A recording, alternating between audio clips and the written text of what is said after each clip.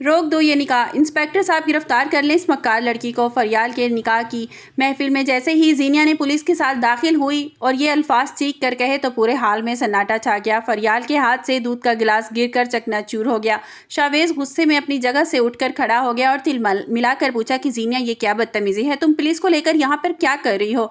जीनिया ने जहरीली मुस्कुराहट के साथ जवाब दिया, शावेज मैं बदतमीजी नहीं करी बल्कि मैं तो तुम्हारा भला कर रही हूँ। पुलिस यहाँ इस मासूम दिखने वाली दुल्हन को गिरफ्तार करने के लिए आई है। शाहरोज हैरानगी से बोला, क्या मतलब? फरियाल को क्यों गिरफ्तार करने के लिए आई हैं? फरियाल ने क्या किया है? तो जीनिया ने सबके सामने वो बम फोड़ दिया जिसकी किसी को उम्मीद भी नहीं थी। जीनिया ने बुलंद आवाज में कहा, इस फरियाल ने शहराम के अकाउंट से 1 करोड़ की हेरा फेरी की है और ये रकम सीधी इसके अकाउंट में ट्रांसफर हुई है। फरियाल रोते हुए स्टेज से उतरी और कहा कि जीनिया ये सब झूठ है, मैंने कोई पैसा नहीं लिया, तुम क्यों मुझे बर्बाद करने पर तुली हुई हो? मगर पुलिस ने उसकी एक न सुनी और सबके सामने दुल्हन बनी फरियाल को हथकड़ियां लगा दी।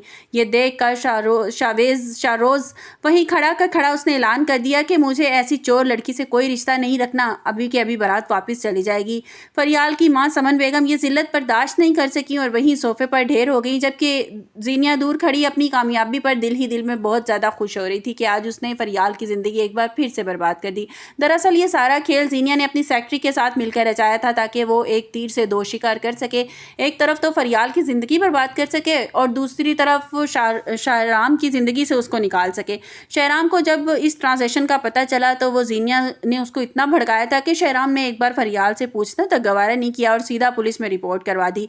जीनिया की माँ सीरत बेगम कहती हैं कि बेटा किसी की बददुआ मत लो, तो जीनिया कहती है कि मम्मा मैंने अभी अपनी हद आपको दिखाई, कहाँ आप नहीं जानती कि मैं क्या कुछ कर सकती हूँ और अभी तो बहुत कुछ होना बाकी है। जीनिया ने अब फरियाल पर नहीं रुकती, जीनिया अब फरियाल पर नहीं रुकती, उसकी नज़र अब अपने भाई ज़रार की बीवी महक पर है क्योंकि उसे पता चल चुका है कि महक उम्मीद से है।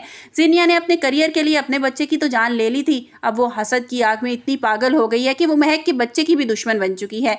वो सीरत बेगम से कहती है कि मामा मैं महक की गोद कभी हरी नहीं होने दूंगी, मैं इस बच्चे को इस दुनिया में आने से पहले ही ख़त्म कर दूंगी। ज़रार अस्पताल में ड्यूटी में मसरूफ़ था, इसे ज़रा भी अंदाज़ा नहीं था कि इसकी सकी बहन इसके घर में क्या जहर घोल रही है। अगले दिन फरियाल जब हवालात में बैठी अपने नसीब पर रो रही थी तो वहाँ शहराम इससे मिलने पहुंचा। शहराम ने आंखों में गुस्सा नहीं था बल्कि कुछ शक था। शहराम ने फरियाल से पूछा, फरियाल सच सच बताओ क्या वाकई तुमने ये सब कुछ किया? फरियाल ने तड़प कर जवाब दिया, शहराम सर मैं मरते मर सकती हूँ लेकिन मैं कभी आपके साथ ऐसा नहीं कर सकती। फरियाल ने शहराम को बताया, जिस दिन ट्रांजेक्शन हुई थी इस दिन ज़ारा मेरे कंप्यूटर पर बैठी थी, आप उससे क्यों नहीं पूछते? शहराम आप खामोशी से अपने नए एम्प्लॉय और ज़ारा के दरमियान होने वाले राब्तों की छानबीन करने का फैसला करता है। उधर महक को घर में यहाँ कदम कदम पर जाल बिछाने लगी है और किचन में जाकर महक के खाने में कोई ऐसी चीज़ मिला रही है कि हमल हमेशा के लिए ख़त्म हो जाए। महक को शक होता है कि इसकी सास और नंद कुछ छुपा रही हैं तो वो ज़रार की मोहब्बत में खामोश रहती है। जीनिया अब ज़ारा को भी फ़ोन करके कहती है कि काम अब दूसरे मरहले में दाखिल हो गया है, अब हमें शहराम को ये यकीन दिलाना होगा कि फरियाल जेल से फ़रार होने की कोशिश कर रही है और मगर सच्चाई ज़्यादा देर तक छुपाए नहीं छुपती है क्योंकि शहराम को अब खुफिया मोबाइल का सुराग मिल रखा था। शहराम को जब ज़ारा के अकेले में बुलाकर धमकाता है तो ज़ारा डर के मारे सब कुछ उगल देती है कि सर मुझे माफ़ कर दें, ये तो जीनिया मैडम की प्लानिंग थी। शहराम के पैरों तले से ज़मीन निकल जाती है, इसकी बीवी इसके ख़ानदान की इज़्ज़त को दाव पर लगा दिया है। शहराम अब इसी वक्त पुलिस लेकर फरियाल को रिहा करवाता है और जीनिया और सीरत बेगम जहाँ जश्न मना रही थी और उनको हथकड़ियाँ लगवा देता है। शहराम का गुस्सा अब तूफान बन चुका है, जीनिया पर टूटने वाला है और सबके सामने जीनिया को गुनाहों का कच्चा चट्टा खुलने वाला है। क्या जीनिया इस बार फिर अपनी मक्कार बातों से शहराम को बेवकूफ़ बना देगी? महक क्या अपने बच्चे को बचा पाएगी या ये जीनिया की नज़र हो जाएगा? आप लोगों को क्या लगता है?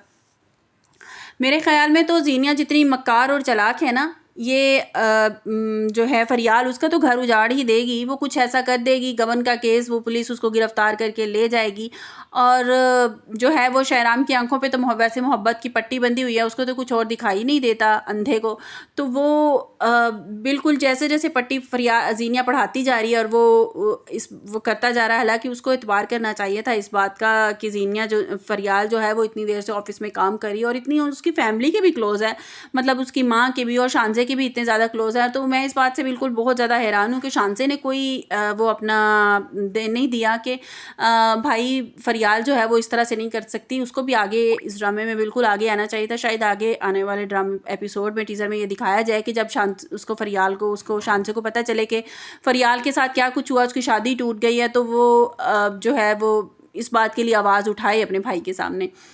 तो आने वाले एपिसोड में यही दिखाया जाएगा कि महक तो पहले ही इनके इरादों को भांप चुकी है। जब उसे पता चल जाएगा कि शक उसको हो जाएगा कि ये दोनों माँ बेटियाँ क्या खिचड़ी पका रही हैं, तो वो ज़रूर मोहतात हो जाएगी इस चीज़ से कि मुझे जो है कहीं ये नुकसान ना पहुंचा दे, मेरे बच्चे को नुकसान ना पहुंचा दे। और मेरे ख्याल में तो उसकी माँ जो है वो बहुत समझदार हो रहा है फरियाल की, सॉरी महक की।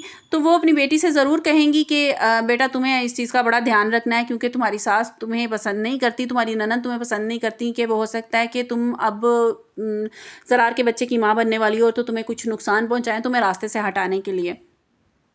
तो मेरे ख़्याल में वो महक के बच्चे को तो रास्ते से हटा नहीं पाएंगी। और मेरे ख़्याल में तो मुझे लगता है कि उनकी हकीकत जो है ज़रार के सामने बिल्कुल खुल जाएगी। कुछ ऐसा वो बोल रही होंगी या कुछ ऐसा कर रही होंगी जो ज़रार सुन लेगा और उन्हें हकीकत का पता चल जाएगा। लेकिन मेरा बताने का मकसद ये है कि महक के बच्चा सेफ़ रहेगा, उसको कुछ भी नहीं होगा इस टीज़र में एपिसोड में, सॉरी। तो आप लोगों को क्या लगता है? अपनी कीमती राय का इज़हार कमेंट्स बॉक्स में ज़रूर कीजिएगा। ये जो मेरी वीडियो थी ये मेरी रियलिटी बेस पे थी, मतलब मैंने टीज़र में दिखाया उसी को ही लेकर मैं आगे चली हूँ। अभी जो मैंने थोड़ी देर पहले वीडियो अपलोड की है वो मेरा पर्सनल ओपिनियन था कि मतलब ड्रामे को देखते हुए कि इसमें ऐसे हो सकता है। और जहाँ तक मुझे लगता है कि मुझे ऐसा लगता है कि जो हम मन घड़त ज़्यादा स्टोरी बनाते हैं ना, ऑडियंस को वो ज़्यादा पसंद आती है। कि उसमें जो कुछ शॉकिंग होता है तो वो लोग ज़्यादा शौक से इंटरेस्ट लेके सुनते हैं कि वाह इसमें तो ये हो रहा है, इसमें तो ये हो रहा है, अच्छा ये हो जाएगा, आगे ये हो जाएगा। और रियलिटी बेस पे जो हमारी स्टोरी चल रही होती है उस पर लोग कम ही वो उसको पसंद करते हैं कि ये तो बड़ी बोरिंग सी और सिंपल ईजी चल रही है स्टोरी। आपको मेरी वीडियो कैसी लगी कमेंट्स बॉक्स में अपनी कीमती राय का इज़हार ज़रूर कीजिएगा। और मिलते हैं एक नई वीडियो के साथ। अपना बहुत सा ख्याल रखिएगा। अल्लाह हाफ़िज़।